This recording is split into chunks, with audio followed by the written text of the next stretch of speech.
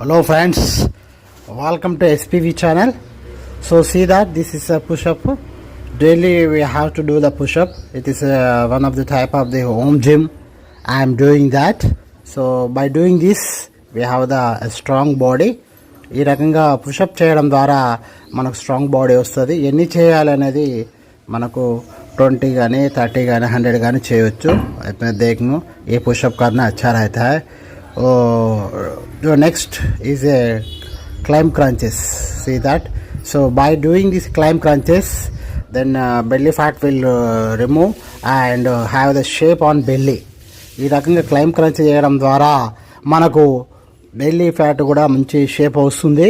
ఇది చాలా ఏబిఎస్లో ఇది ఒక భాగం.